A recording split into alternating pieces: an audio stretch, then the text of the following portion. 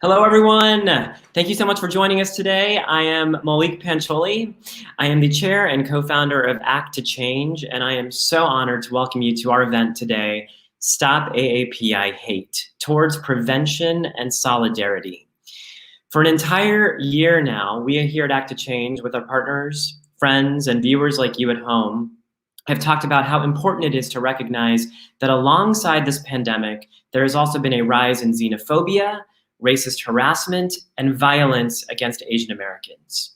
A new report from the Center for the Study of Hate and Extremism this week revealed that hate crimes in 16 of America's largest cities increased by nearly 150% from 2019 to 2020. Recently, there's been a horrific series of attacks against the elder members of our communities. Many of us saw the shocking footage of 84-year-old Vicha Ratanapakdi, who was killed while walking outside his San Francisco home, of a 52-year-old Asian mother who was shoved into a metal newspaper box in Queens, New York. At our core, Act to Change is an anti-bullying organization dedicated to young people. But we recognize that all forms of bullying, including this violence, are rooted in larger systems of oppression. And we must all stand together to put an end to this. So today, we are committed to addressing this violence through education, systemic change, strength through solidarity. Today, you're going to hear from a panel of activists, influencers, and leaders about what solidarity looks like to them. And then we're going to have a bystander intervention training led by Hollaback and Asian Americans Advancing Justice to offer you ways on how you can help. So to kick off our event, I'm really excited to invite my good friend Daphne Kwok to deliver some opening remarks. I had the extreme honor of serving on President Barack Obama's Advisory Commission on AAPIs alongside Daphne, which is when Act to Change was first born. Daphne is the VP of Multicultural Leadership for the Asian American and Pacific Islander Audience Strategy at AARP. I also want to thank AARP for sponsoring our event today. Daphne, hello. Hello, Malik. Thank you so much for inviting us to join you all today.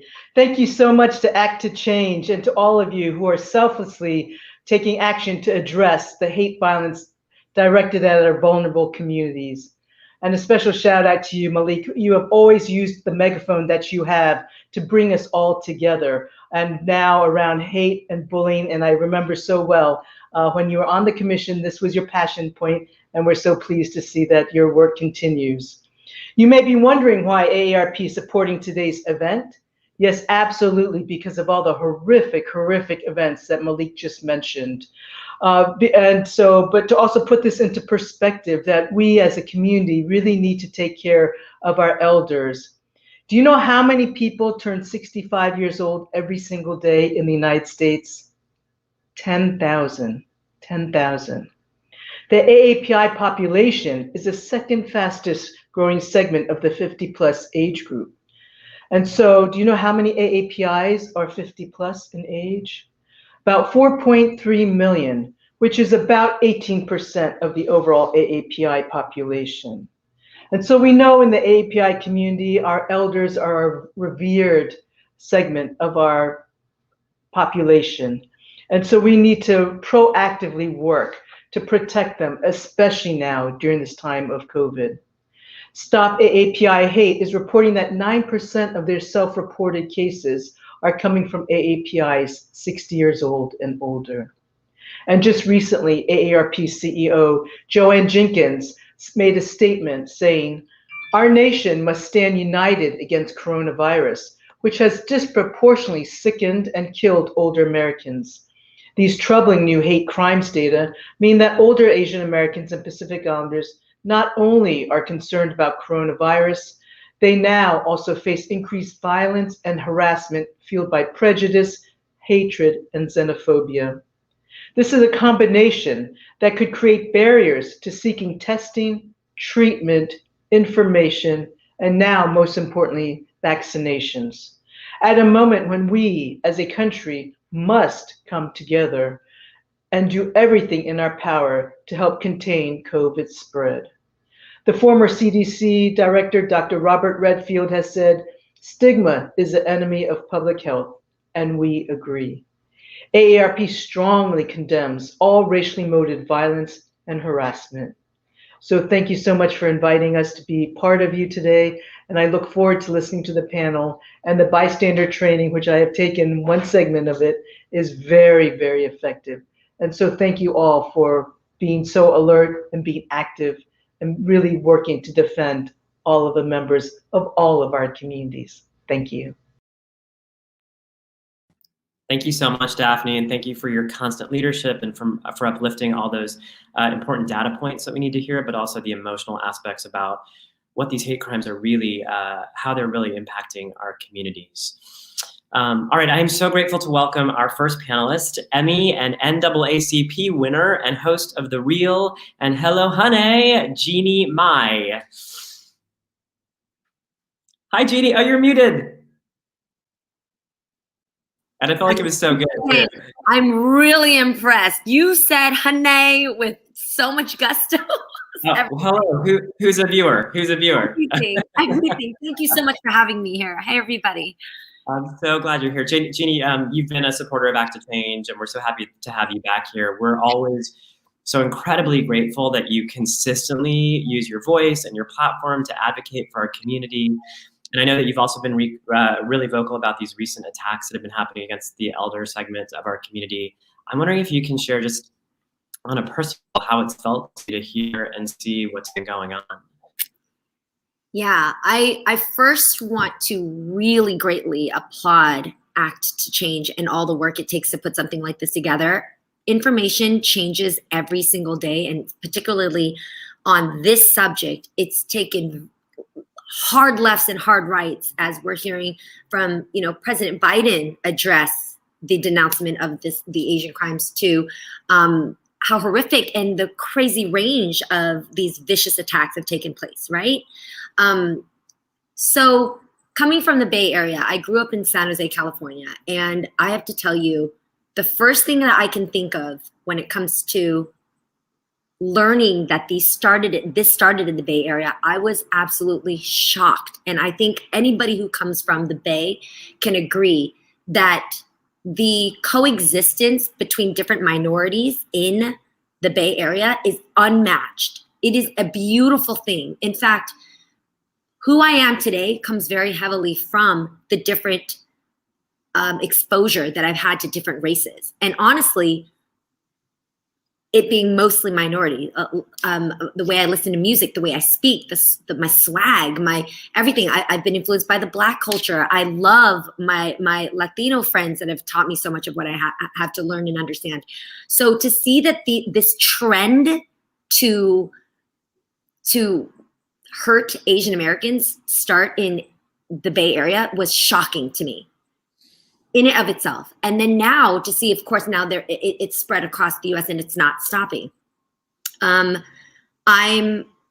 shocked because A, I can't believe that it's happening towards our elderly Asians and then Asian Americans. And then B, I also understand too much where it came from. Anytime that you have leaders refer to COVID-19 as the Kung flu or the Chinese virus, there are repercussions. And people begin to blame the Chinese, but then that also means all Asians. No racist person is going to stop and ask, wait, which Asian are you again? Are you from China? Or, the stupidity about racism is that it's just a target. It looks for a target and it just really targets anybody who could even somewhat look Asian. And it's painful to see that started at the top,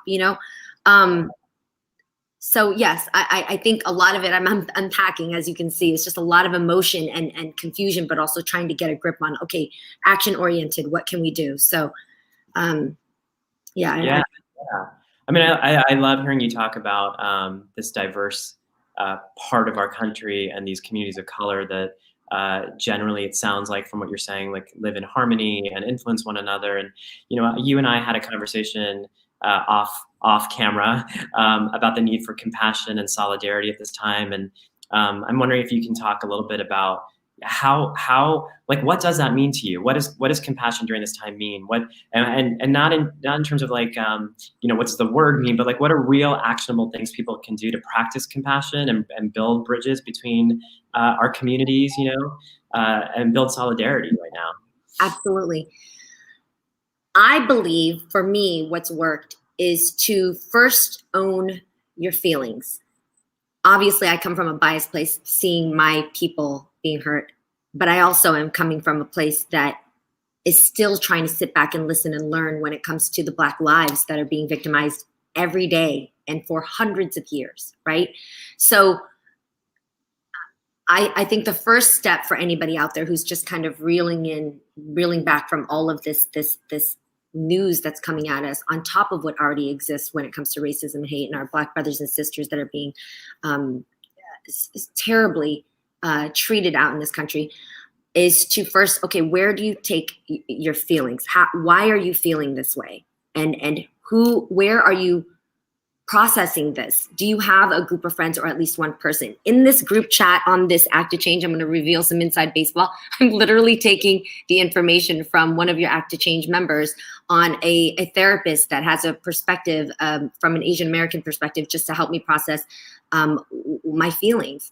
And I say this because I also have friends who have been very confused about whether or not they should stand in solidarity with Asian Americans, if I'm real, because they're like, Jeannie, like, of course I'm against racism. Of course I don't want people to get hurt, but I don't know if Asian Americans stand up for Black lives. I don't know if I've ever seen that.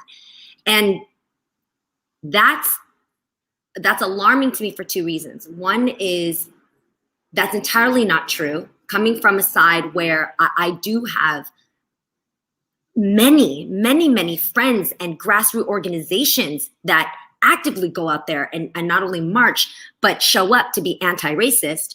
It's alarming because our news feed today, most of our platforms are all curated and they work with an algorithm that only shows you what you care to see. So you literally could be in a bubble based on the type of news you get, because most of the news, I'm assuming, is from our phone. And your phone, whatever it is that you search, like, you could get just a slew of only that news. I don't get Confederate flags in my news feed. You know, I don't get white supremacy updates and things like that. But there are people that only see news feeds about their interests and about other people that make them feel attacked, or you make them feel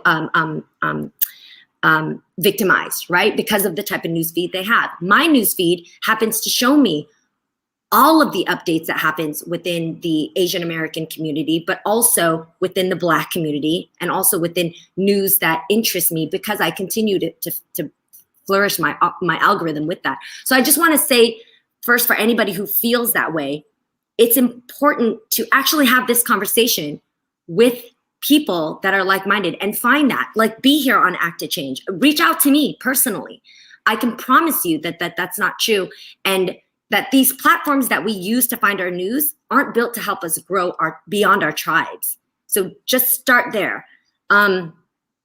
Also, remember, oh, go ahead, please, Molly. No, go ahead. Well, I was gonna say, just hearing you talk about it does feel like part of the conversation also has to be about I mean, of course we have to understand our history and find out, like, how our communities have worked together in the past and where we've failed, but also how do we build the bridges to move forward? Because here we are, I think, especially in 2021, understanding that this conversation about racism and the way communities work together to eradicate it has to change. It has to change. We have to get better at it. Absolutely, and you're so right to start with the education, because all of us have been misserved in our education system because our cultures aren't taught. I have not learned about what I need to learn about the African American culture, the Black culture, as I haven't learned about my own culture. With what I need to understand about what we've been through and who which cultures have made strides for us to actually be to where we are today. So, all to say, I think the first thing is to find those people to be able to process these feelings and have these discussions and begin to see outside of just your bubble. Make sure that you're not in this bubble, right? And then for me, when it comes to protecting our elders, continue to champion these amazing organizations that are starting up just to protect our vulnerables, like Compassion in Oakland. This group, which is growing immensely, and never came from it came from out of these hate crimes is actually guiding elders and walking to different houses. The leaders actually have figured out and mapped out the Bay Area so that they walk to these neighborhoods and knock on doors and are like, hey, do y'all need some help with somebody walking? Anybody, grandma, grandpa, uncle, I don't care who it is, just make sure that you have somebody with you. And just that feeling that exists out there, that is solidarity. That is the feeling of, that's compassion to not only support and uplift and cheer them on, even if you can't do it from afar. Like, just let these people know, hit them up in the DMs, let them know you see them, and continue to spread their names. Like, there are so many organizations that are popping up from this.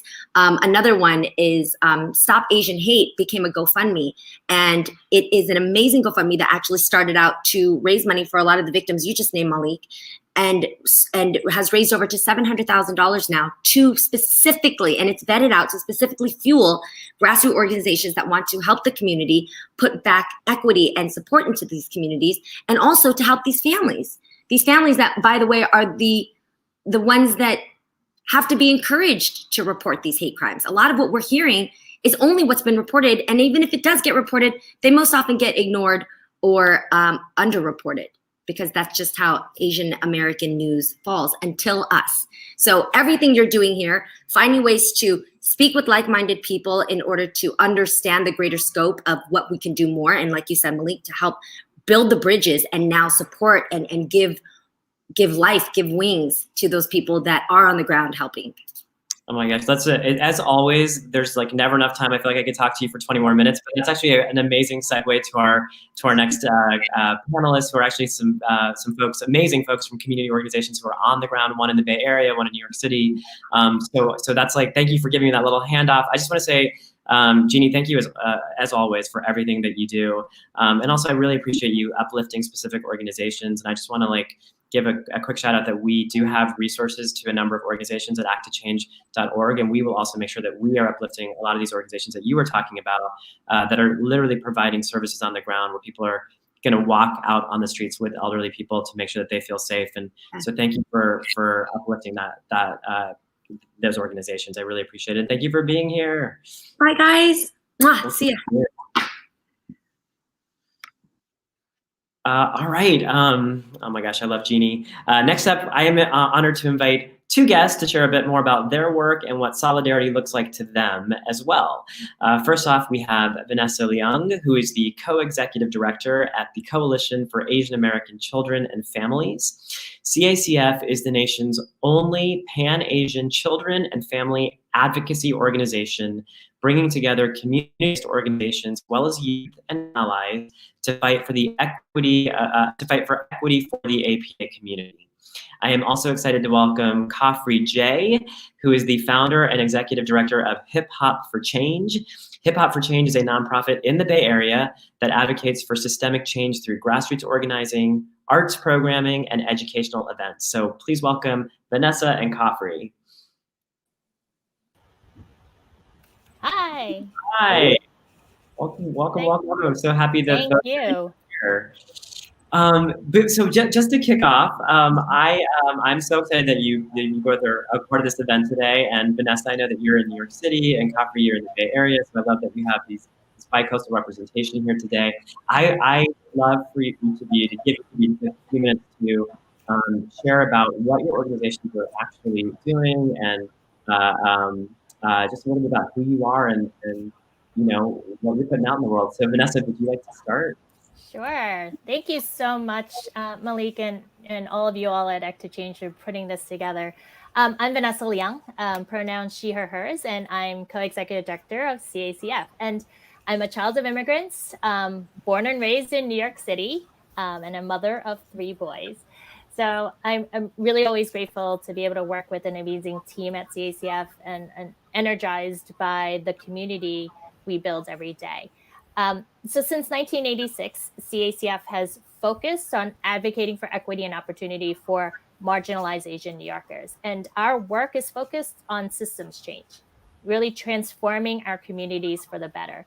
But we know to be effective, we need to have strong community leaders, strong community organizations, and that we can't do it on our own. I mean, as a co-executive director, that that partnership itself reflects what we believe is needed for real change in communities. It's collaboration, it's transparency, it's respect, and it's trust.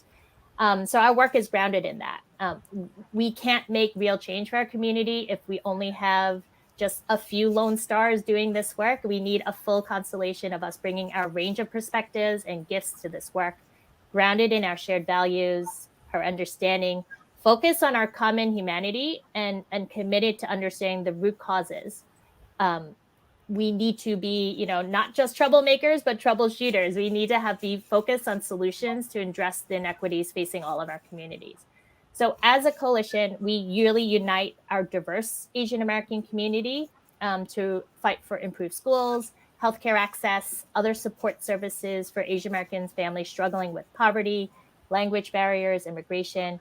We develop leaders in our community who are invested in social justice and dedicated to growing our real collective voice and power.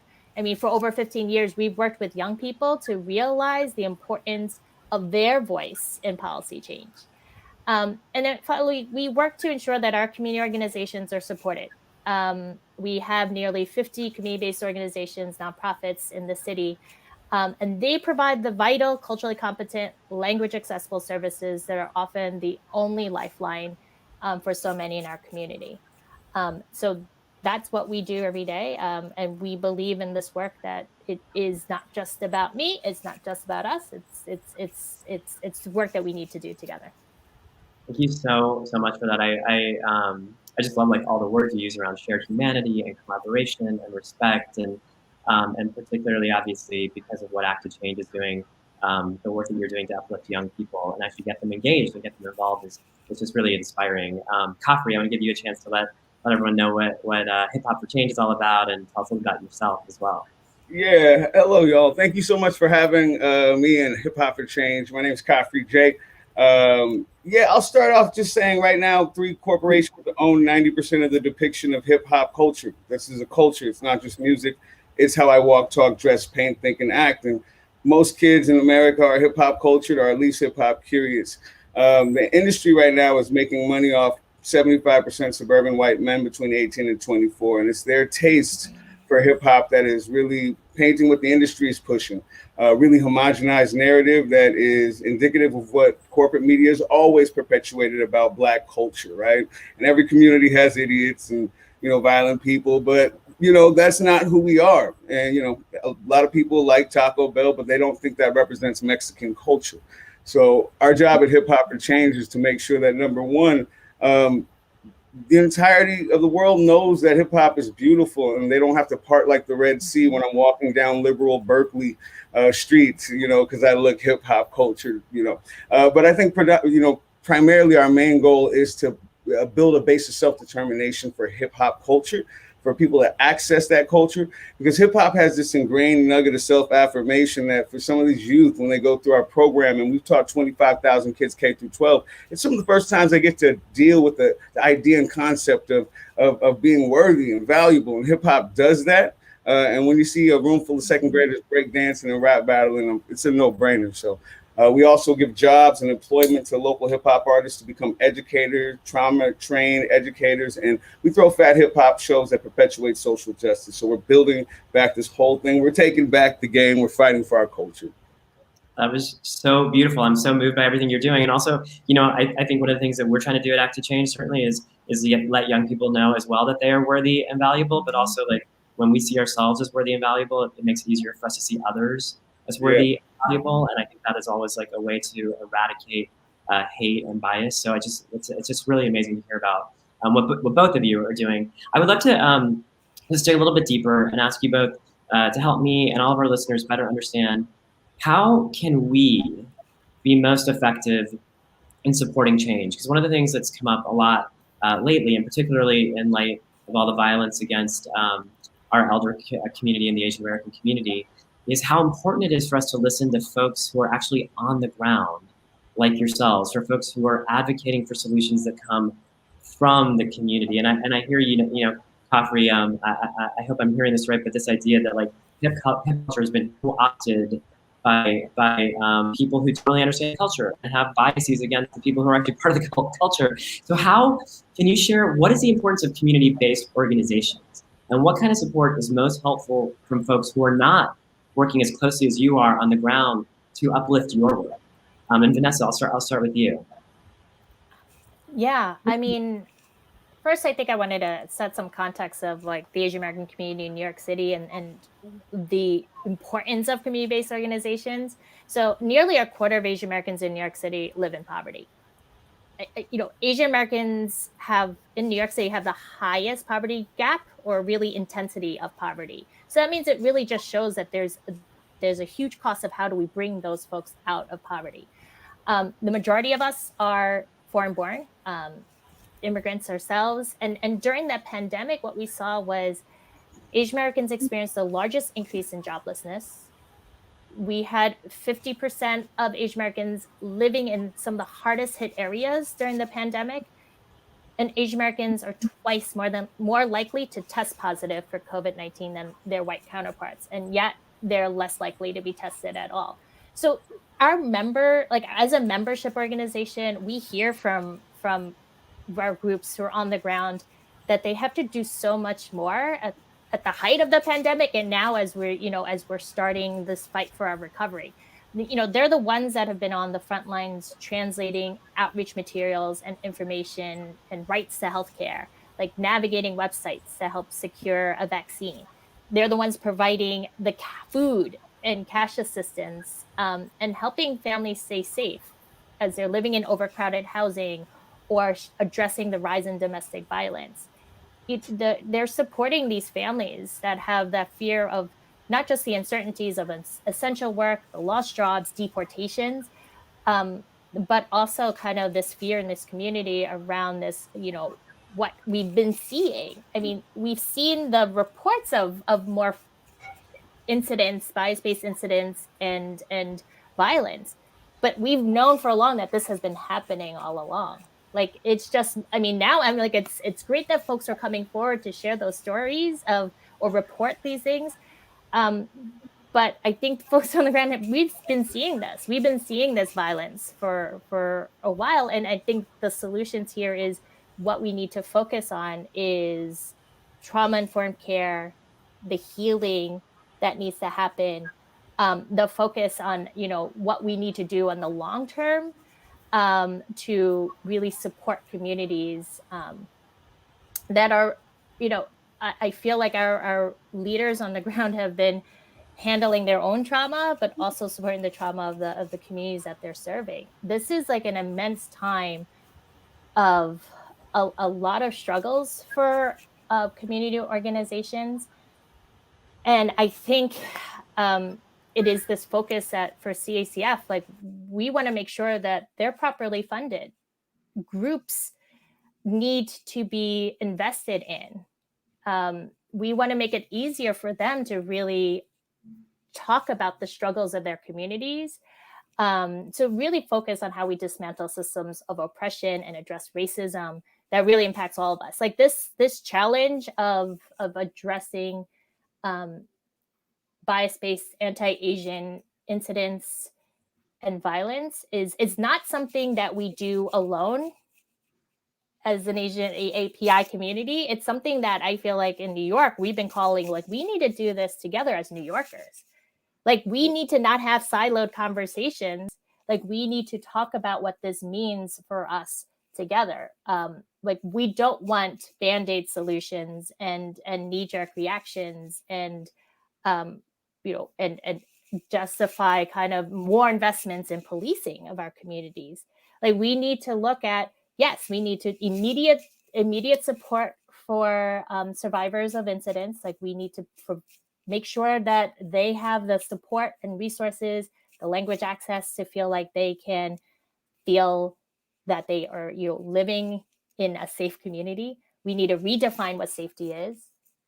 Safety is not just the absence of crime and violence in our community. It's actually the presence of wellness. And if we need to focus on the presence of wellness, we need to be investing in all of our communities here in New York. And I think what we need to do, and like this is when I'm like calling for folks here, is like, add your voices to these calls for equity. It's like amplifying these stories from the ground. It's calling for funding of organizations that are trusted sources of support. There's ways to volunteer at these organizations that are addressing these immediate emerging needs. But I feel like part of it is taking that next step to draw the connections to what these challenges we're facing right now and how these are connected to longstanding issues. Like, what are the root causes to poverty, food insecurity, low wages, health inequities, and violence? Like, that's the only way we're actually going to move forward, is actually not just treating the symptoms, but really working together to address those root causes. Oh my God, I thought that was like so well stated, and I, not to oversimplify, but what I really know, it was like, I feel like you talked about the nuances of what people are seeing on the ground, and how I think there is a tendency from the outside to say, oh, I see a problem, and here's an easy way to fix it that I can throw either my support or money to or whatever it is, without really engaging with people on the ground to find out how we're gonna change these things in the long run, as opposed to just for like this week or next month or whatever. Yeah. So thank you so much for really clarifying that. I really appreciate it. Coffee, I want to give you a chance to answer the same question. Yeah, Malcolm X said we're not out organized, not outnumbered, we're out organized. You know what I'm saying? And I think that's one of the biggest things here. I mean, violence is a part of the fabric of America, right? We're not going to get away from violence and intracommunal violence or whatever kind of violence without a lot of massive systemic change. And, when these stories started coming out, being a Black man from Hunters Point, San Francisco, a year and a half ago, when the man was assaulted collecting cans, and seeing what the news put out about the situation, and then hearing what the man said about his own experiences and how he felt about the Black community that he loved and that supported him and that came to his rescue. You know what I'm saying? Like, these stories, especially when they contain these anti-Black nuggets, they go around 7 times before the good stories about what community work, is doing. And also going through these conversations, it's been so hard as a Black man, hearing, some of the negativity coming from the Black community around, I don't know, just the history between Asian Americans and Black Americans. And also talking to Asian homies as well, because like Jenny said, we are so my experience growing up was so diverse, but that's not the experiences of our parents. You know what I'm saying? Our parents are so segregated here in the Bay Area, and they rely a lot on these media narratives to paint the picture of what they know. We're so segregated, we tend to have these inauthentic experiences. So that's why I'm here. And I'm here to make sure that, number one, we know that if you attack an elder in our community, Black or Asian or anybody, our communities will stand up and we will do whatever is necessary to protect our elders, because both Black and Asian communities and every other community I know, we value our elders, period, first and foremost. But we also see politicians like Libby Shaft, who are taking these moments to call out the defund the police movement and say they're responsible for these attacks happening, and using these attacks and moments as political scapegoats, when in actuality, she was the one that stopped the police patrols in Chinatown and Oakland. We won't get on that too much. But it's just important to know that there's a lot of community work going on, and we don't get the big microphone that white supremacist, anti-Black or anti-Asian sentiments get in mass media. We need to push that. So if you're a community member and you're wondering what to do, first off, you have a voice, right? And you can use that voice on Facebook if you want to share the love. You can put your efforts, your money, your resources into a lot of these community organizations that are doing work, because whether you know it or not, the work is going on, and it always has, especially between Black and Asian communities, right? We need to get connected to these ancestral practices of resistance to white supremacy, because the orange man, 45, signifies the last vestiges of white supremacy that we're seeing right now. I have this quote on my arm, first they ignore you, then they fight you, ridicule you, then they fight you, and then they lose. They are fighting right now to survive, and keep this white supremacist power structure here. And racism is a learned It's learned behaviors, right? And we know there's more racism happening. And it's sad when I see Black people, Black youth on camera robbing or are just evilly pushing people down, and people are being burned and whatnot. But that stuff happens in every community. You know, America is a violent place, and it, you know, mental health not being taken care of, these things are going to happen until we have massive systemic change. But what we need to do right now is to make sure that our people have hope, and hope is based in the narratives that are going around. So it's my job as a community leader to make sure that my community knows, hey, bro, we're out here. We're in these streets. We're doing the solidarity marches. Like, this is it. There's always going to be a few people that are losing it and wrapped up in this violence. And there's going to be a whole white supremacist power structure that is trying to push these narratives. But it's not Asians versus Black. It's not Black versus Asians, right? It is not that. And we have to make sure that people know it in our community. We have to make sure our elders, who are so segregated amongst themselves, know that we're doing this work, and hopefully give them hope so they can come out and join the rallies and come out and join, and then start sharing on Facebook that, you know, Black and Asian solidarity stuff is going on. So that's why I'm here. And if you want to get involved, stuff is happening. And if it's not happening in your small town, make it happen yourself. So So I'm so grateful that you talked about, one, like that everybody has a voice and they have opportunities and ways to use it, but also the idea of engaging people on intergenerational levels and bringing them into the movement and building solidarity that way.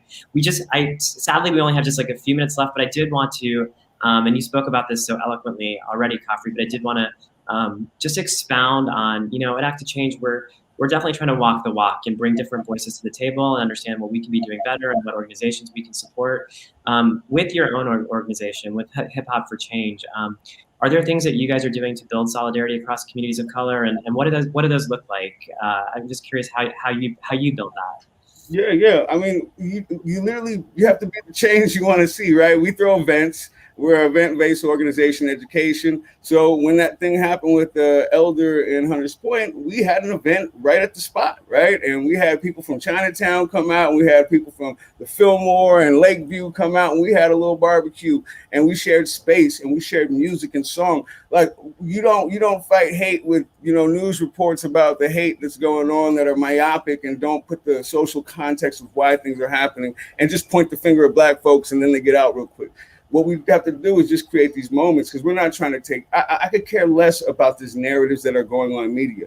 What I care about is the brothers and sisters that I'm going to be walking by in the street corners in my community. So if I can create an event like Hip Hop for Change has had, you know, 2 different talks right now. We're about to have a fat hip hop show because, you know, Asian people are big in hip hop. Like, we don't have a problem with racism in hip hop. We're based on the principles of peace, love, unity, and having fun. So, you know, what we're going to do is have as many events as we can and elevate Asian voices and Black voices together and show what we've already been doing in these communities. We just need people to know. And I could care less, because I don't think the media is going to ever represent any Black and brown people well. That's not part of my solution. My solution is organizing with the people I see on this call and this talk right now, and community organizations like that. Because through that, we're going to make change, and change will come. It's slowly, but focus on your local community. And if it's not happening, make it happen there. Because, you know, we don't do this because we think we'll succeed. We do this because it's the right thing to do. So. Thank you so much. And also just, you know, to tie this in, I know Jeannie talked about this too, and I'm hearing you say it as well, but this idea that our news feeds and the headlines we see are not always representative of what's happening on the ground. And organizations like yours are places that we can turn to find out what is actually happening and what can we do to help. So thank you so much for that. Vanessa, I want to give you a few minutes too to respond to that too, about building coalition across communities of color. What you're doing at CCF. Yeah, at CCF, I mean, every day we're working to dispel the model minority myth. And we are doing that at a systems level, because that stereotype has been used to, you know, not only justify underinvestments in the Asian American community, but also underinvestments in other communities of color. I mean, I think we need to start changing that dynamic, that we know the work must include confronting anti-Blackness, because it hurts all of us, right? It's the constant threat to Black lives. It's the separation we saw of Latino families at the border. It's dismissing the rights of Indigenous folks, and it's actually rendering oftentimes our Asian American communities as invisible, especially our, you know, the poor and working class. So, you know, we have to start having sometimes difficult conversations in our Asian American community. Like, you know, we're highly immigrant here in New York City, and as a community here, what we see is that there's a lack of racial literacy and this knowledge of our shared history fighting oppression. So, I mean, you know, it's one of these balance. Like, I understand so many individuals, families in our communities are needing to survive. I mean, it's almost a luxury to be able to talk about oppression and think through this stuff. But it's obviously they, you know, not realizing what internalized racism is. But, you know, we've seen parts of our community live in their segregated bubble, calling for the status quo to remain, and we need to push back against that. It's oftentimes, you know, we often don't even realize the trauma we're facing ourselves, but also the trauma we've caused in other communities. And so it is part of believing that, you know, we don't have to hide our struggles, that we can actually also demand that our systems do better, because I think that's where, you know, it's this constant field to be seen. But it's also like we can call for, you know, our government to be doing better for us. That's the work about actually transforming our city systems. It's improving public schools, our access to care. It's supporting culture responsive, sustaining education in our schools. It's about, you know, better implicit bias trainings and investing in that. But, you know, the work to build solidarity is real work. It's clearly can't be done when it's just convenient. And it really just requires hard conversations. You know, and I think, you know, to create change, we need to know our collective history. We need to uplift the stories of those most marginalized and silenced. And we need to better understand that it's this work that we need to do together and invest in, because systems of oppressions have made us believe who is worthy and who is fully human and who is not. So, like, we need to be invested in that work in the long run. Thank you so much, and thank you to both of you for having the hard conversation, you know, and for creating an opening for, I think, all of us, and hopefully everyone who's tuning in to have the conversation, continue having those conversations as well. I'm so moved by both of you. Thank you so much for being here today. Please stay in touch with Act to Change. We'll stay in touch with you, and thank you. Thank you. Wow, I'm like a little blown away by all the amazing speakers we've had. I'm really honored to welcome our next two guests and the trainers who will be leading us today on a bystander intervention training for the rest of the event. Now, this is a training that has been attended by thousands in the past few weeks, including multiple members of the board here at Act to Change, and I'm so grateful that we have them here with us. First up, we have Marita Etkubanez, who is the Director of Strategic Initiatives at Asian Americans Advancing Justice, which is a nonprofit that fights for Asian American civil rights through education, litigation, and public policy advocacy.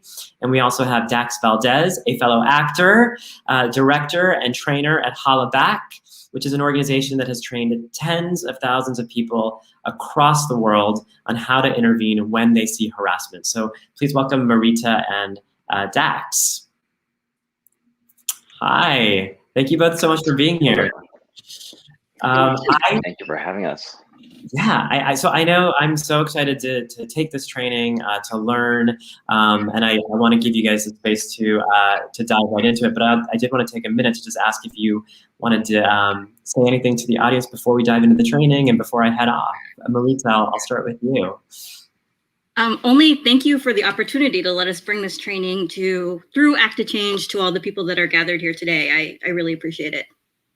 Yeah, well, I'm like literally so honored, and I feel like this is such a it's such a gift that people will get to take this today, but also it's so important and vital in terms of what's happening in the world, that we all learn how we can help the people around us when they're being harassed or attacked. So Dax, I just want to give you a chance to say hi to, and then I'll let you guys do it. Hi, everyone. It's great to be in community and listen to everything that has been shared so far, and hopefully what we are also offering, everybody can take and run with in their respective communities and help affect change. Amazing. Well, I'm going to actually go backstage and take the training, and then I'll come in and check in at the end. But take it away. Awesome. Thank you. Good afternoon, good morning, everyone, wherever you are. And this is our bystander intervention training to stop anti-Asian American and xenophobic harassment. All right, so just making sure that we can see the title card. And for those of you who haven't shared, please share your name, your pronouns if you're comfortable. Where are you in the world right now? And what is inspiring you to join us in our Stop AAPI Hate seminar with Act to Change this afternoon? And we're gonna get started. So today, while our focus is on addressing anti-Asian racism that has intensified due to COVID-19, we recognize that racism, especially systemic and structural, continues to persist and has taken the innocent lives of Black community members. Now, while this list that we see here is not comprehensive, we'd like to take a moment and uplift some of the names lost to injustice and police violence. Azell Ford was walking in his neighborhood. Tamir Rice was playing in a park. Walter Scott was going to an auto parts store. Breonna Taylor was at home in her bed. And George Floyd was at the grocery store. Please join us in a moment of silence.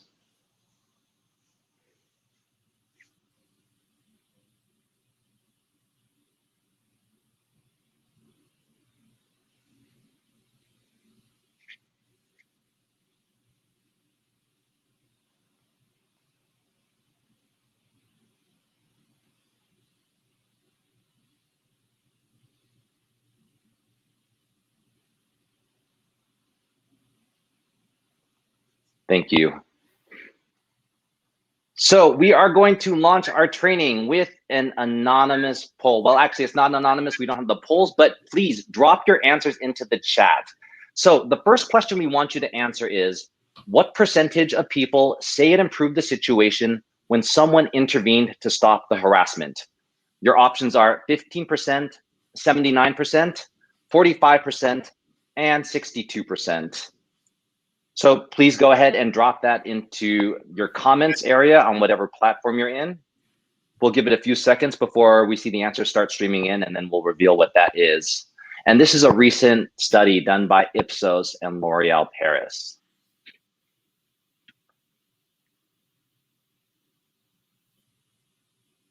So we have some 15% coming in, 62%. Some 45s. A few more answers.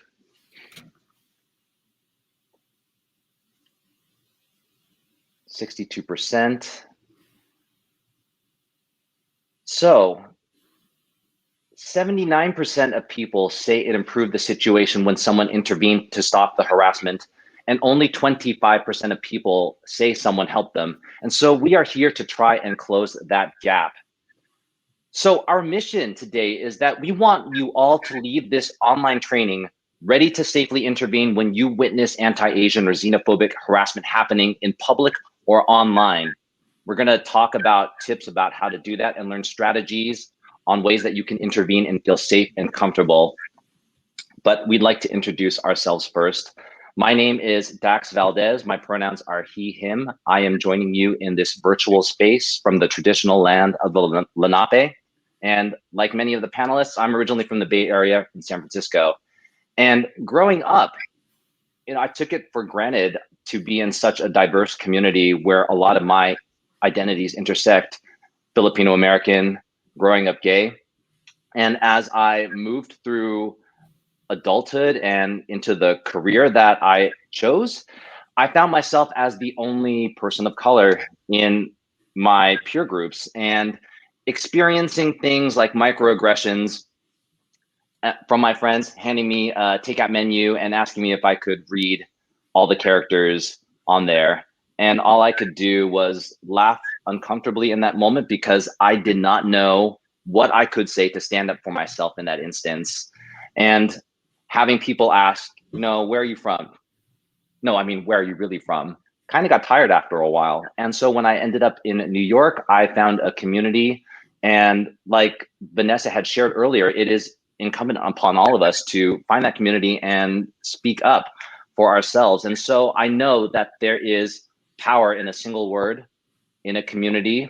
I know what it is like to not know what to do when you are being harassed or see someone being harassed, but the tools and the strategies that we are going to learn together, I hope that you can take them into your own communities and help mitigate the harm that you see around yourself and others. So thank you for being with us this afternoon.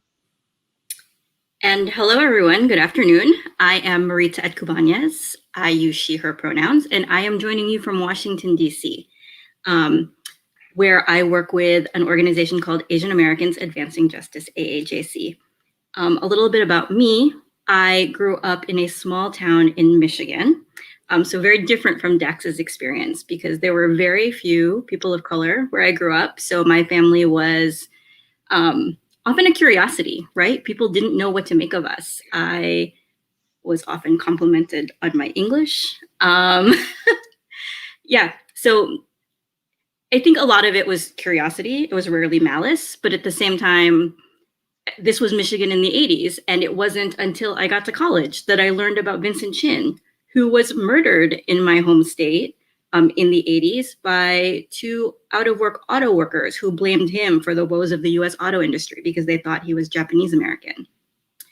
So yeah, clearly this has been with us for a long time. And I am really grateful for our partnership with Hollaback that has allowed me to incorporate these trainings as part of my anti-hate work for my organization, because I feel like there's a lot of good work happening, but this training in particular has been a bright light for me because I feel like we are here to talk to you about our community and teach practical, actionable interventions that hopefully you will never need to put them into use, but that you will have them so that you can use these tactics to stand up and take care of others should you see or experience harassment. So thank you. A little bit about Hollaback. We are a global people-powered movement, and our mission is to end harassment in all its forms. So we've collected and mapped over 20,000 stories of harassment from all over the globe. We're a pioneer in bystander intervention solutions and a leader in anti-harassment strategies. So as we started collecting all of these stories of harassment, we started to notice that the only good thing that happened to people who were harassed is when people intervene on their behalf. And so we started training people to do just that. And we codified a method called the 5 Ds, bystander intervention. And today we have trained more than 20,000 people in over 15 countries around the world. And Asian Americans Advancing Justice, AAJC, is an organization focused on federal policy advocacy. Our mission is to advance civil and human rights for Asian Americans and to build and promote a fair and equitable society for all. As the COVID-19 pandemic has escalated, we have seen more harassment, discrimination, and violence directed at our communities, and we've expanded our work to address this surge in hate. We've been sharing information about resources available to help our communities stand against racism, and we continue to encourage people to share when they experience hate crimes and hate incidents via our website, standagainsthatred.org. We'll be talking to you more today about the anti-Asian and anti-Asian American racism and xenophobia that we're seeing in our communities. But as others have said, it's important to note that these are not new phenomenon. Racism and xenophobia have been with us in the United States from the beginning. We've seen both manifested against different communities in many ways over the years, and we will dig into this more later in the training. This latest iteration of discrimination is coronavirus-related racism against Chinese Americans and Asian Americans who are being blamed for the virus or presumed to be carriers of the virus. This sort of stereotyping and scapegoating is wrong, and it's also dangerous. So this is why we partnered with Hollaback to adapt their bystander intervention training for this current moment and bring it to you. So this is an acknowledgement of and it's not even all, but the many partners that have helped us workshop, adapt, and bring this training to you all today. So thank you to our partners. So the purpose of this training is to talk about your role as a bystander. I want to recognize that many in our community may find themselves as the target in different situations, or be afraid that by intervening, they might become the target. People experience public spaces differently depending on their identity, whether you've been harassed before, identify as LGBTQ+, a person of color, an immigrant, have a visual or hearing impairment, or a disability. And this is because of privilege. I know you know this, but so that we're all on the same page, privilege is a set of unearned benefits and power maintained by a group in society. It extends to all parts of identity, race and ethnicity, gender identity and expression, class, language, ability, and many others. Your privilege and your vulnerability can change depending on the situation you're in. In some spaces, your privilege gives you more power than others. That means you might be able to help in a way that others can't. So keep that in mind as we go through the training today. So this is what we are going to be up to in our time together. We're going to take a moment to reflect on what anti-Asian and xenophobic harassment actually looks like. Now, a lot of us might think we know what it looks like, but we have to take a deeper dive because we won't be able to intervene unless we know what we're looking for. We'll also talk about the history of anti-Asian and anti-Asian American discrimination in this country and how history has set the stage for this moment. Then we are going to learn Hollaback's 5 Bs of bystander intervention. Now, as we approach that, just think about what your concerns may be. When would it be a good idea to intervene? When would it not be a good idea to intervene? And I want you to hold those concerns as true. So the strategies that we are going to learn are going to hopefully keep you safe and comfortable when you see this happening. And finally, we are going to practice together using a few scenarios so that we can get these tools embedded in our brains. Now, we are going to be talking about some sensitive issues today, including disrespect, anti-Asian, and xenophobic harassment. So this could be particularly upsetting for those of you who have witnessed it or have been in proximity to it. So please do what you need to do to take care of yourself. We'll also be doing polling throughout the training. So please share your answers in the chat if you're comfortable. And that comment box will also be publicly available to ask questions and comments, which will be seen by everyone. So before we really dive in, we want to pause and acknowledge the tremendous diversity of the Asian American, Native Hawaiian, and Pacific Islander community. We have origins from different parts of the world. We have many religious traditions and cultural practices. And for those of us who are immigrants, we took different paths to come to the United States. We recognize that there is no one-size-fits-all training that will work for everyone. The intervention methods here won't work for everyone in every situation. There might be some that resonate more with you and some that you find less relevant to your lived experience. That said, for purposes of this training, which we hope will be helpful to all of you, we're going to use the term Asian/Asian American. We hope the training will equip our communities and our allies with tools that we can all use to intervene, recognizing that what sometimes seem like small actions can still have deep impact. In doing this together, we can contribute to sending the message that hate, including anti-immigrant hate and coronavirus racism, is unacceptable in all of its forms.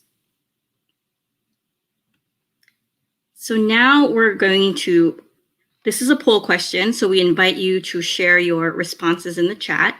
We want to hear from you. What are some examples of anti-Asian and anti-Asian American or xenophobic harassment that you have experienced or witnessed? And as you're sharing your answers, the Center for Public Integrity and Ipsos released a study that showed that 30% of all Americans and 60% of Asian Americans have witnessed someone blaming Asians for the coronavirus. When you think that many people are still, many people are still limiting their activities outside of the home, that number is huge. So please share with us examples of anti-Asian or Asian American or xenophobic harassment that you have experienced or witnessed. And I will share some options with you. Staring, assuming that Asian Americans have the coronavirus or have been exposed to it. Shaming or humiliation, often in the form of jokes. Using terms like Chinese virus or Wuhan virus. Not patronizing Asian American-owned businesses. Verbal harassment, including slurs, telling people to go back to their country or speaking to people in fake Chinese. Online harassment, including doxing, rape, and death threats. And in case anyone needs the definition, doxing is when someone publishes your private information on the internet with malicious intent. Anti-Asian or Asian American or xenophobic graffiti or memes, spitting. And these are all things that we know that many have witnessed. So you're not alone in your experience, and we wanted to just take a moment to let people share what they have seen or experienced. And thank you for the people who are commenting in the chat. So being shouted at, stereotypical jokes, glaring, people speaking fake Chinese.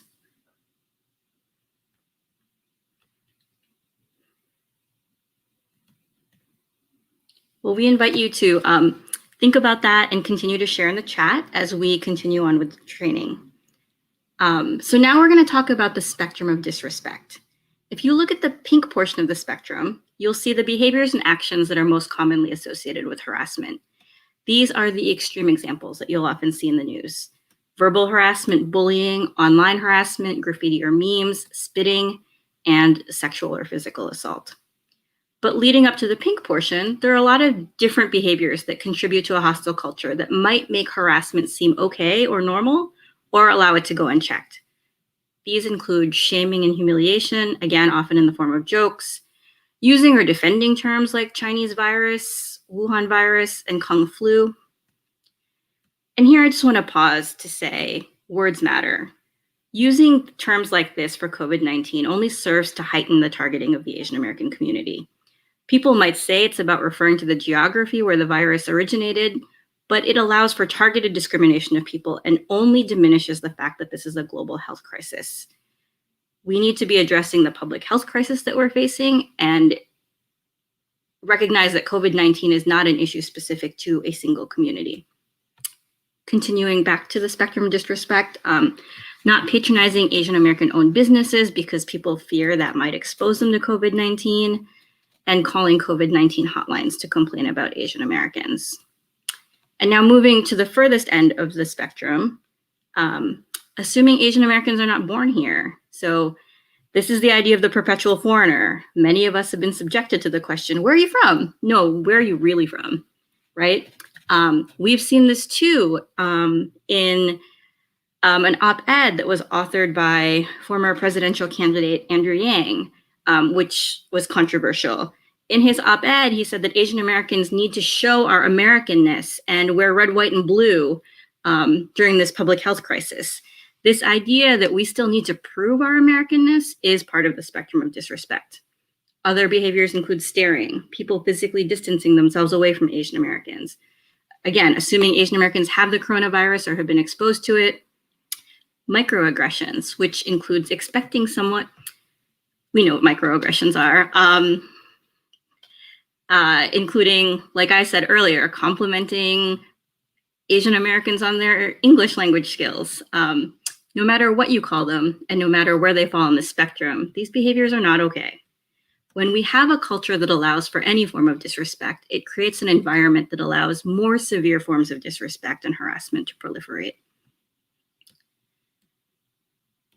So this next portion of the training is where we have a brief history lesson. And I think we need to advance the slide. But while most Asian Americans are fairly recent immigrants who arrived in the United States after changes to immigration law in 1965, some of us have long history here. Anti-Asian hate, unfortunately, is also part of our lengthy history. Beginning in the 1850s, Chinese Americans were systematically driven out of towns across the West in the United States. By the 1870s, vigilante anti-Chinese violence was common throughout cities in the West. This racism made its way into our laws and policies too. The Chinese Exclusion Act was passed in 1882, and this law prohibited all immigration of Chinese laborers to the United States. It was the first law implemented to prevent all members of a specific ethnic or national group from immigrating, and it was later expanded to stop any immigration from Asia. Unless you think this was an isolated incident, we could provide many more examples. Here are just two more. In the 1940s, President Roosevelt ordered the incarceration of approximately 120 Japanese Americans in the United States during World War II. And after 9/11, We saw South Asian American communities and Muslim American communities, and those perceived to be Muslim, subjected to increased attacks, harassment, and discrimination. So this brings us to our current moment. We have seen some progress. On January 26th, within a week of his inauguration, President Biden signed a memorandum condemning and combating racism, xenophobia, and intolerance against Asian Americans and Pacific Islanders in the United States. As stated in the memo, despite these increasing acts of intolerance, Asian Americans and Pacific Islanders have made our nation more secure during the COVID-19 pandemic and throughout our history. An estimated 2 million Asian Americans and Pacific Islanders have served on the front lines of this crisis as healthcare providers, as first responders, and in other essential roles. So this recognition is important, but nevertheless, we've seen that the harm directed towards our communities has continued. With this example, we know neighbors are turning on neighbors. This note was sent to an Asian American, blaming him and his family for bringing COVID-19 to the United States. This next slide is an early report, early in the pandemic, of anti-Asian sentiment that escalated into violence. A student in California was bullied and beaten, requiring hospitalization. We've also seen people harassed for wearing masks and not wearing masks. And last spring, a family in Texas, including 2 small children, were stabbed by someone who blamed them for the coronavirus. And of course, we know that there have been increased attacks on our elders in recent months, including attacks on a Filipino American man and a woman, an older woman in Oakland. So this was in New York and in Oakland. And unfortunately, we're hearing more and more of attacks of this sort across the country. And it's, this is also manifested in even well-known liberal institutions like UC Berkeley, normalizing xenophobia. And back to the harmful political rhetoric. This sort of terminology only sort of stokes hatred, and it's wrong. We've said that it's wrong, and we need to keep saying it's wrong, despite people protesting to say that, we need to make sure we continue to speak out against this harmful rhetoric that we know is harming our communities. So now I invite you to go back to the chat and share with us what are some of the impacts of anti-Asian and anti-Asian American and xenophobic harassment that you've seen over time. Remember, we're not just talking about this current moment that we're now in with the coronavirus. So what are some of the impacts of this sort of harassment that you have seen?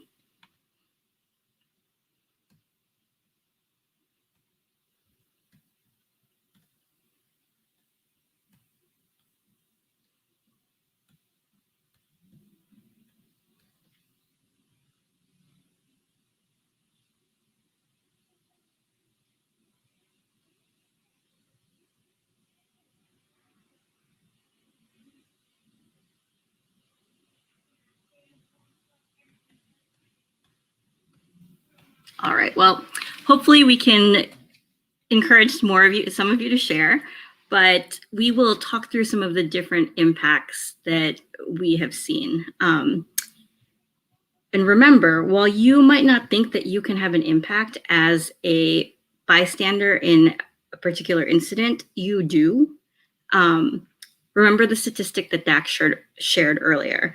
25% of people say that someone helped, but 79% of people wish that someone had helped.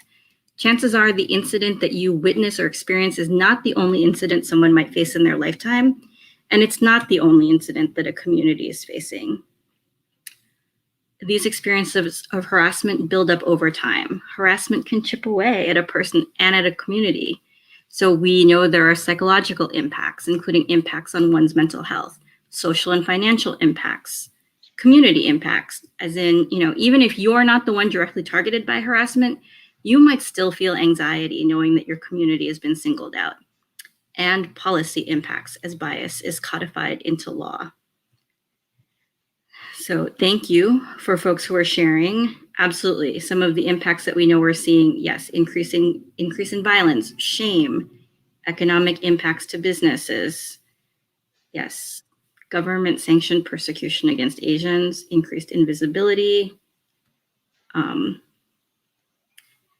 Yes, violence that we have seen, difficulty getting housing. Thank you all for sharing. So by intervening, you can help mitigate the harm and reduce the impact of harassment. By intervening, you're changing how someone experiences this disrespect. You're affecting everyone watching and modeling that someone would have their back too if the same thing happened to them. All right, so bystander intervention is a proven methodology that we could argue is as old as time. And it's the idea that people take care of people when bad things happen. And this is part of what makes us human. So for example, if I was to drop my wallet on the street or my phone, somebody would say, hey, you forgot this or you dropped this. Or if I was suddenly doubled over in pain, most likely somebody would say, are you okay? What do you need? But so often when it comes to harassment, and as of late, anti-Asian harassment, we freeze and we don't know what to do. So if you saw me being yelled at on the street, and especially in a big city like New York, most of us would just look over, shrug our shoulders, and then go on our way. And that's okay. But bystander intervention is designed to overcome all of that so that we can all figure out how to show up for each other in society. And by doing so, those small actions can start to chip away at the culture that makes harassment persist. So we're going to talk about the 5 Ds of bystander intervention, which is our methodology. We're going to go through them really quickly right now. And then we're going to talk about some common reasons why people might not want to act when they see harassment happening. And then we're going to unpack each of these strategies so that we can understand them a little bit better. And then we can see which one might work for you. So the first one is distract. And this is creating a distraction to de-escalate a situation. Delegate. This is finding somebody else to help you. Document. Taking a photo or video of the incident of harassment. Delay. After the incident of harassment is over, you want to check in with the person who was experiencing that harm. And direct. Now, this is the one that most people think about when they think about bystander intervention. This is some version of, hey, stop doing that. And we're going to talk about ways to keep you safe and comfortable when you employ all of these tactics. So here they are: distract, delegate, document, delay, and direct. Now, I'd like to talk about some common reasons why people might not want to act when they see harassment happening, and we want to hear from you. So using the chat, please share some concerns that you may have about not intervening when you see harassment happening. And as you're thinking about those and as you start to share those out, we all have concerns about intervening and we should all hold them as true. And our job is not to say you're wrong. Our job is to say, yes, that might be true. And if it is true, then what else might we be able to do? But first, we have to acknowledge that there are some real reasons here. And some of those reasons, if you are thinking about it, you might not know what to do, or maybe you're afraid you might make things worse. No one else is doing anything, so why should I do something? Or maybe it's around concerns about identity. So maybe you identify as white and you don't want to look like a white savior, or you have more concerns about your identity. Maybe it is because of your identity as an Asian or an Asian American, which might prevent you from stepping in because then the person who's doing the harassing might turn their attention towards you. Or maybe if you're witnessing this happening online, the risks of intervening in online harassment are too high. So some of the answers that are being shared in the chat, that's the fear of escalating the situation. Yes, the aggressor might turn towards you. Context is important. You may not know the whole story of what's going on. Your identity as the same person who is being targeted. So if you are a woman seeing another woman in conflict, yeah, that might prevent you from stepping up at that moment, because then that anger or that ire gets directed towards you. Also, maybe physical concerns, whether you are smaller, the person who's doing the harassing is bigger, you might not have enough confidence to stand up there. Fear of physical danger. So all of these, hold these as true. Now, here are a few more. Some of them were just shared in the chat, and let's unpack these a little bit. So I don't know what to do. The 5 Ds are going to give you a lot of options. One of them is direct. The other 4 are actually quite indirect, and all of them are designed to take care of the person who is being harassed. I'm afraid I might make things worse. And if you feel that way, hold that as true again, because you want to prioritize your safety first. So if you're afraid to intervene directly, pick a less direct method like delegating, asking somebody else for help, or maybe distract. So creating that distraction to de-escalate the situation. Nobody else is doing anything. And this is a kind of thinking that's called the bystander effect. So we're thinking nobody else is doing anything, so why should I do something? And it makes a lot of sense for some of the reasons that are listed here and that you just shared in the chat. And so I want to acknowledge that it does take courage for the first person to do something. But the first person to do something doesn't have to do everything. It can be something as simple as, what's going on here? Something that is going to disrupt the situation long enough for other people to step in and take action. Concerns about identity. So I'm white and I don't want to look like a white savior. Again, we want to take care of the person who is being harassed. So in that case, if you're feeling that reticence, consider delegating to somebody else nearby and see if they are comfortable intervening. We want to think about what our intentions are versus the impact, because intentions aren't magic. And the impact that we want to have is always going to shine through. If you don't know what's going on or you don't have enough information, you can consider asking a clarifying question. What's going on here? Or can you explain what was so funny about that joke? And hopefully that gives that person an opportunity to self-correct without actually having to accuse them of anything. Again, concerns about identity. Try something else if you don't feel comfortable directly intervening, asking somebody else for help, distracting.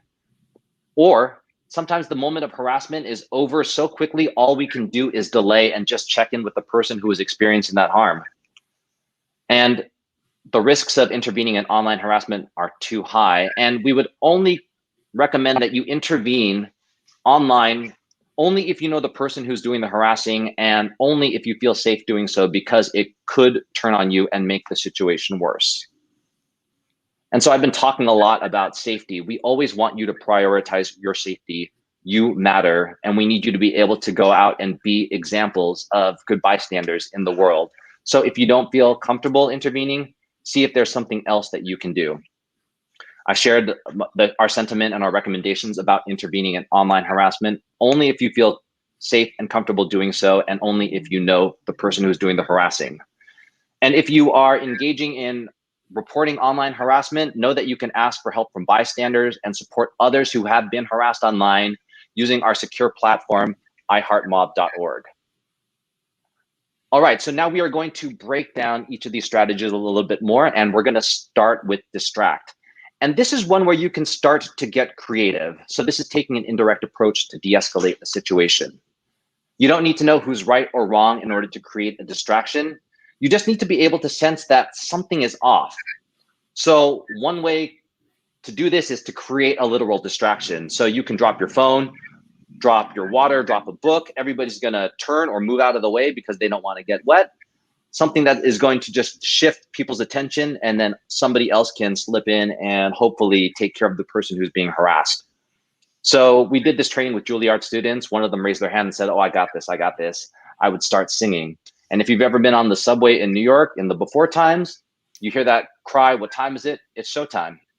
So if you've got that in your back pocket, please feel free to share that out. You don't have to drop something in order to create a distraction. Another core way to distract is to start a conversation with the person who's being harassed. You don't have to talk about or refer to the harassment. Instead, you want to talk about something completely unrelated. So you're creating that safe space around that person. The person who's doing the harassing is ultimately starved of attention, and hopefully they recede into the background. The second one is delegate. And this is getting help from somebody else. So we often think about the person who's in charge of the area we're in, whether it is a manager of a restaurant, a flight attendant, a security guard, or a bus driver, and asking them for help. So we also think about, well, why wouldn't I just call the police? But what we would recommend and what we would challenge you to do is not think about the police in that instance, because many communities, especially immigrant communities, communities of color, they may not feel safer with the police there, particularly in light of the history of harassment that the police themselves have. So this is different for everybody in different contexts and in different communities. So we would ask that you just check in with the person who's being harassed and see what they want you to do. You can also leverage the community around you. So it's not just law enforcement to help out in that instance. You can talk to the person who's on the street or the person who's next to you on public transportation. And you can say something like, hey, do you see what's happening over there on the bus? That man is yelling at that woman and her 2 kids. I don't feel comfortable intervening. Do you think you could do something? Or if it's on the street, hey, you know, let's make her feel safe. Everybody back up. And you know, that man is yelling at that woman and her 2 kids. I'm gonna get help. Do you think you can do something? Again, so asking people for help does not mean that you are weak. Asking for help means you acknowledge that harassment hurts everyone, and there is an element of safety that happens when people are engaging and being told what to do and what they can do to help. And not everybody is going to have gone through this training, and people want to be good bystanders, and sometimes we just need to tell them what to do. Online, you can consider reporting it to the platform where it happened, because after it's reported, it's often taken down, leaving no trace. Document. So this is taking a photo or a video of the incident of harassment. And now there are 2 things to think about when you use document. Before you start to take out your phone and record what's going on, we want to make sure that something else is happening. So delegating, asking somebody to find help first. So once that's done, then you can take out your phone. You can be sly about it. We're all glued to these little rectangles. You can be checking your email, playing the game. But what we would recommend is that you hold it horizontally. You want it to be as still as possible. Get as much detail into the footage that you can and be at least 6 feet away. So it's 5:22, Saturday, March 13th. I'm standing on 59th and 8th, and there is a woman yelling at a Chinese man and his 2 kids.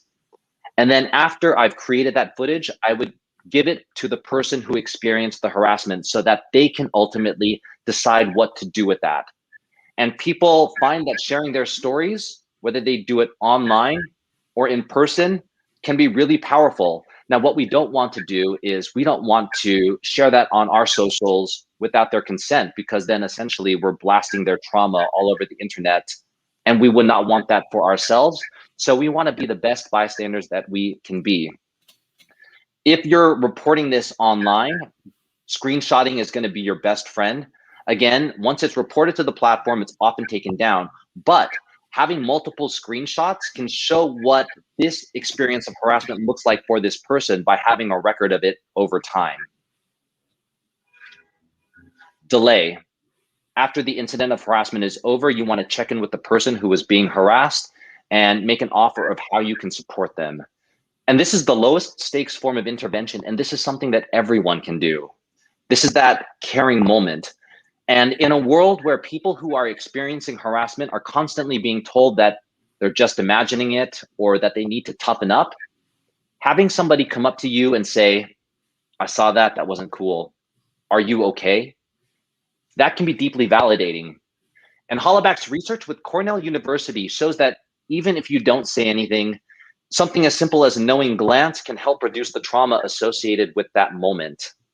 So if you're out on public transportation, this is a great way to use this tactic. If you don't speak the same language as that person who's being harassed, you could consider giving them a small smile and then maybe just standing next to them, physically not saying anything in a show of solidarity. So there are ways to intervene verbally, non-verbally.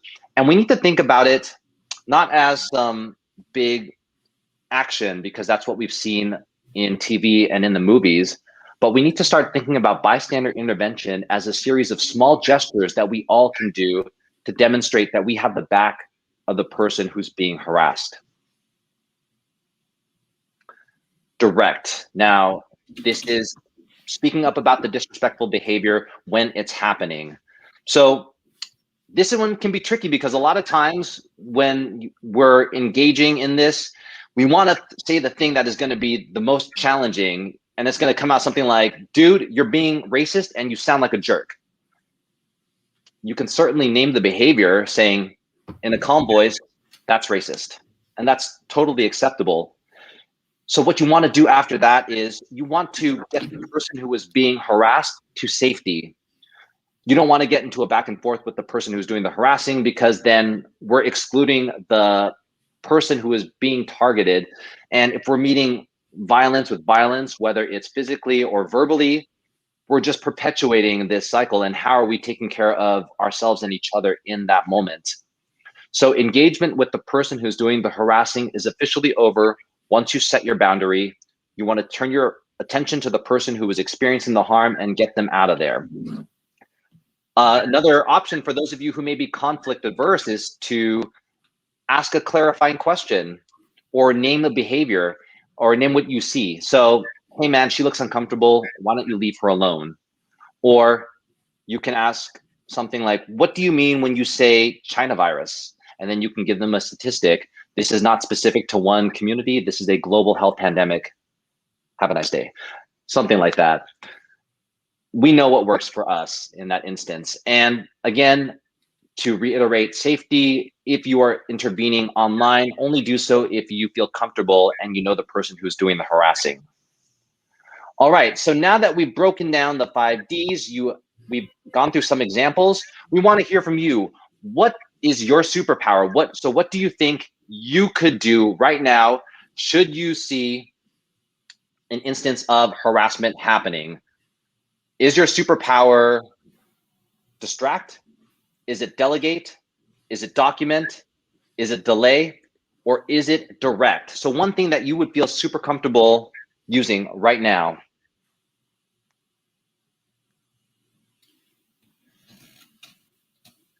And as you think about that, I happen to be a direct myself. Once you've identified your superpower, keep that in mind, because we're going to put that to the practice in our scenarios in just a few moments. So we have delay as a tactic, a superpower being shared in the chat. Combination hit of delegate and document.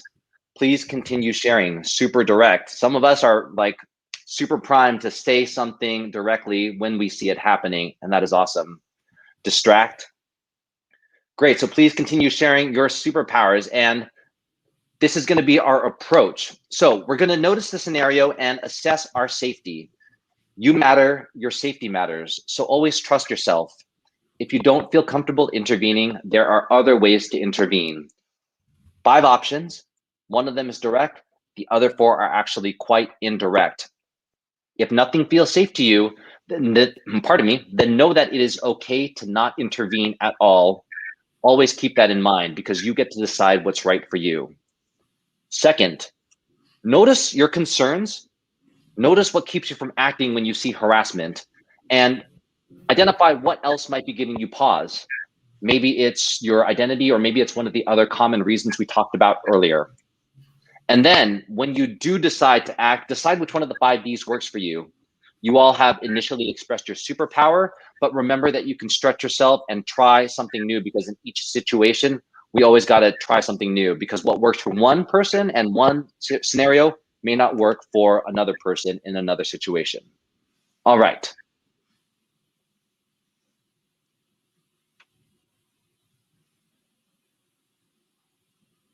So we are going to practice using a few scenarios, and here we go. So this first scenario is actually taken from a report that was shared with our Stand Against Hatred website. So it is based in something that really happened.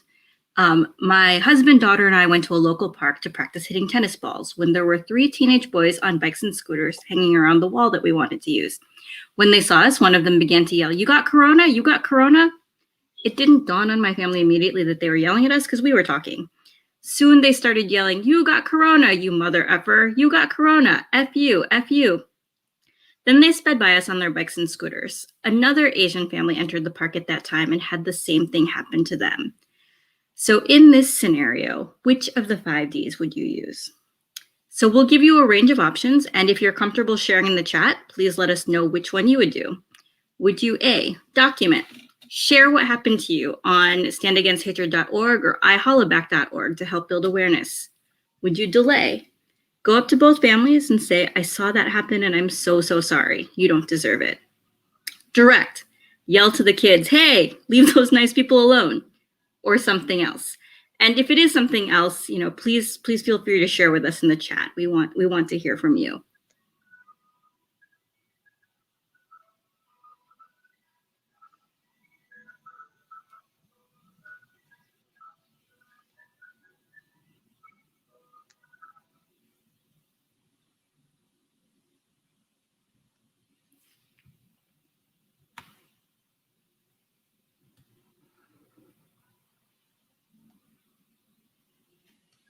Thank you. So we've got folks choosing combos of the two, choosing different options. And yeah, I mean, you have to decide what you think works best for you and your personality, and also what's most appropriate for the situation. So thank you very much for sharing. All right, our next scenario is your friend James from high school on Facebook comments, "Haha, so true," on a racist anti-Asian meme that's trending in the wake of the coronavirus. Your mutual friend from high school, Angie, who is Asian, explains how the meme is harmful, and James responds by saying, "It's just a joke, don't be so sensitive." So if you witness this, which of the 5 Ds would you use? And again, we've provided a range of options. The first one is direct. DM James and say, "Hey, I saw your comment to Angie and it surprised me. Can we check in?" And then back Angie up by explaining the impact that comments like that can have. Or B, DM Angie and tell her you saw what happened and that it's not okay, and ask how you can support her. Or maybe you would delegate and DM another mutual friend from high school who's tighter with James and ask him to explain why that's not okay. Or if you've got something else, another way that you would intervene in this situation, please share that in the chat.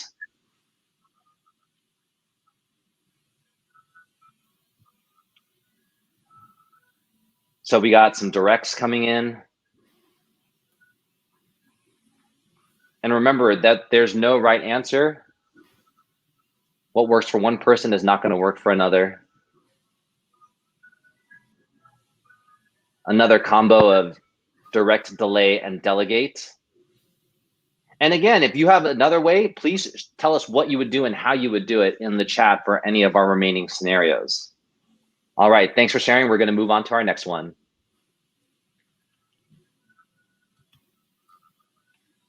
So you're in the grocery store and you hear raised voices down the aisle. Then you see a man spit on an Asian American woman and continue yelling at her. In this situation, which of the 5 Ds would you use? Would you A, use direct? Tell the man, "Sir, that's not necessary," step away from her, and then turn to the woman to check in? Or would you use distract? Say, excuse me," repeatedly as you pass through them, saying, "I need 6 feet," as you wedge your cart between both the people. And then when the man goes away, check on the woman. Or C, delegate. Find another shopper and ask them to go find a store clerk while you intervene. Or D, something else. And again, we invite you to share your responses in the chat, and especially if it is something else that you feel would be appropriate, that you'd be comfortable doing.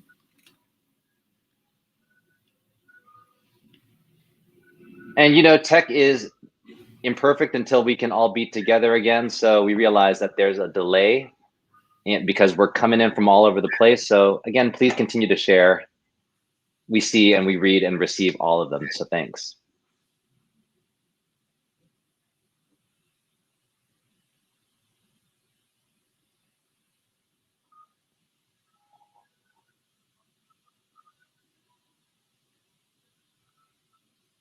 We'll give it a few more seconds before, oh, here we go. Okay. If we have people responding with combinations again, so great, thank you. A and C, A, B and C, B and C. Yes, direct and document simultaneously. Thank you. All right, for our last scenario, you witness an Asian teenager getting beaten up by a group of other teens on the metro. You're alone, you don't feel safe intervening. So knowing everything we know about the 5Ds and what would be right for you, which of the 5Ds would you use? Would you delegate, find a station agent to help? Or would you delegate and document? So find somebody else to call 911 to get medical assistance and then discreetly document the abuse? Distract, stand in front of the train doors so that they can't close and the train can't leave the station?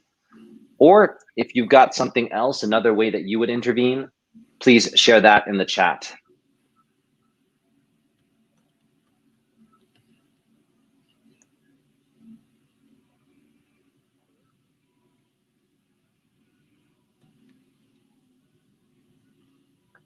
And as you're thinking about these lists or these options, think about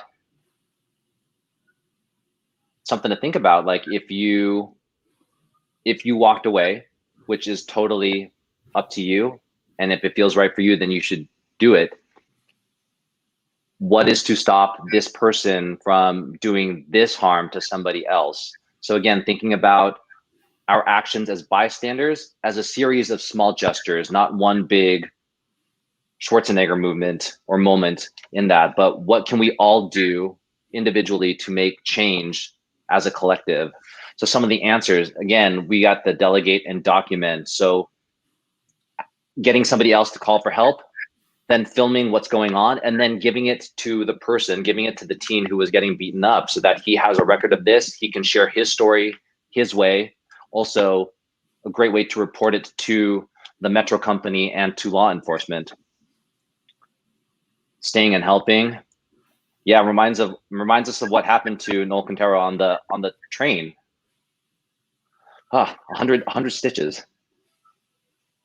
So there's a question in the chat. I can go quickly to anger instinctually when I see situations, and if I take a moment to calm down, then that moment has passed or changed. I know each situation is different, but what would be the advice in that moment? So again, that moment for like bystander intervention can be so quick that we're shell shocked and it's like, I can't believe that just happened. What we can do in that moment is check in with the person. That's all we can do. That helps. But also, Marita had shared there's a slew of local, national organizations that you can do. You can write to your local state representatives who have been vocal in this matter. Find affinity groups to align yourselves with. Vanessa and Capri had shared. Those would be great resources. Tapping in Jeannie Mai on social media to highlight somebody's story. So everybody that's on this panel is a great resource to align yourselves with. We have Marita shared the resource for the Stand Against Hatred tracker, which reports incidents of AAPI hate. We also have stopaapihate.org as that. So again, there's a million ways to do that. And some of the other answers in the chat, trying to remember the descriptions of all the perpetrators so that you can accurately report the suspects. So thank you for sharing all of your responses.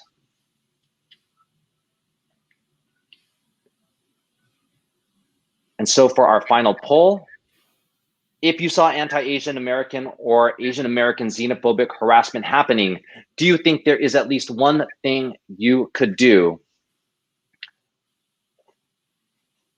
And hopefully there are only two options here, a yes or a no. Please start to share out in the chat. Our friends who were unable to engage in the chat but are watching at home on other platforms or on other devices, thank you. Hopefully you have been playing along. It's kind of like Jeopardy, but not. We've got a lot of yeses coming up in the chat, some emphatic in caps, which is wonderful. So thank you. And I'm going to turn it over to Marita to close us out. Thanks, Dax. So we've trained, as you heard, a community of thousands of allies who are ready to take action and be bystanders in action when they see anti-Asian and anti-Asian American racism and xenophobic harassment and conflict happening. You are now part of that community, so thank you. But we also want to say, in addition to the fact that Asian Americans shouldn't have to live in fear of being targeted with harassment and attacks, we also need to talk about the harassment, the hate, and the violence that Black communities have experienced and continue to experience. The same safety that we want for Asian American communities, we have to have for Black communities.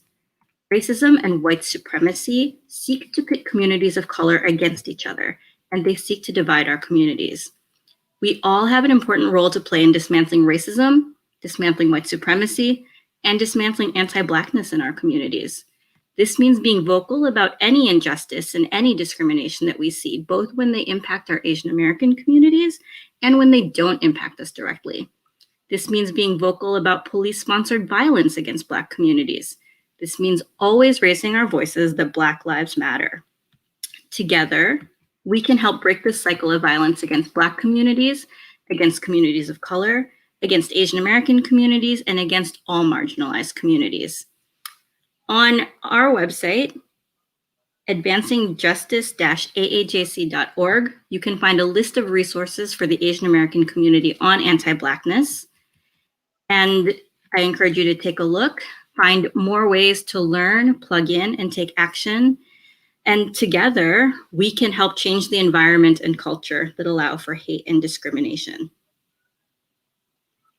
So we're going to be sharing some links in the chat, the links that Marita just mentioned. We also have a survey link that we would love for you to fill out. It helps us, help you, helps us gather what you responded to and how we can refine our trainings further. A list of resources on our page that contain all of the information in this training and much more, and other ways that you can employ them in different scenarios. So on behalf of Marita and myself, thank you for being here with us today. And we hope that these tools and strategies can help empower you the next time you are seeing harassment happen in your communities. Thank you. My gosh, that was so incredible. Thank you so much for doing that. And I hope that we can be, through these kinds of trainings, can be part of that change to move that 25% number up to 100%. I was so grateful that you gave, we've had so many conversations on here about doing the hard work. And in a way, what I felt was so amazing about this work was also there's a little bit of work on figuring out who we are and how we move through the world and how we can comfortably help people around us. So I love that last question of, is there at least one thing that you think you can do? And I hope that everybody walks away with something that they feel like they can do. We're so over time, so I would love to stay and chat with you guys. But what I do want to ask each of you really quickly is, obviously, a lot of people are tuned in to see this, but if folks do want you to come and do this training specific to their own organizations or groups, is that information available on your website and in the links that you dropped into the chat? You can email Holla, HOLLA, at ihollaback.org with those requests. Yeah, so we as we're coming up through this, we're booked through April right now. So this is really great, but please, this is important information to be shared. And again, these small actions can make a huge difference in our communities. Also, we do offer public trainings. We're offering a series of trainings. This one that we just did on Monday, and we're also doing another training on how to respond to harassment if you are experiencing it, and ways to take care of yourself on either Wednesday or Friday, I'm sorry. And then also we have a conflict de-escalation, which we're calling Bystander Intervention 2.0. So what is it if you use direct and you set that boundary and it's not enough? How are you going to de-escalate that situation and keep yourself safe in doing so and take care of the other people being harassed? So this work is going on. We're also going to offer these workshops again at the end of the month and the first week of April. And all of that information can be found on our web pages. Amazing, amazing, amazing. Thank you to both of you so much. I really appreciate it. And thank you for giving us all tools that we can take into the real world and hopefully help many people around us. So thank you, thank you. All right, I just want to quickly close out here. This last year has been so difficult in so many ways, and in no small part because of how the pandemic has kept us isolated from our community. Today's training is a reminder that we can keep each other safe and that we can use those tools to protect the people around us from bias and from discrimination. I want to thank you all for joining us today. I want to give out a sincere thank you to our sponsor, AARP, to all of our panelists and to their organizations, Hip Hop for Change, Coalition for Asian American Children and Families, Holla Back, and Asian Americans Advancing Justice. Please follow them on their social media accounts, check out their websites. If you are able to, please donate to support their work. I want to also thank all the organizations who helped us live stream today's event, including TFA AAPI, Stage 13, Family Style, Asian American News, Hate is a Virus, Helen Zia, Tan France, Celia Au, Angry Asian Man, Cape USA, and Yam Yam F. As always, a big thank you to the entire team at Act to Change who work so tirelessly to make these kinds of conversations happen. I would encourage all of you to visit acttochange.org to take our pledge to end bullying and hate. Also check out our Instagram for additional resources and places that you can donate. Act to Change is an all-volunteer organization with year-round programming and outreach, which includes events like this one. So if you are able to make a tax-deductible donation to us, please visit acttochange.org/donate. Remember, the fight really is us versus racism. Let's continue to work together and not against each other. Together, we can create a world without bullying, hate, or racism. Thanks for joining us today.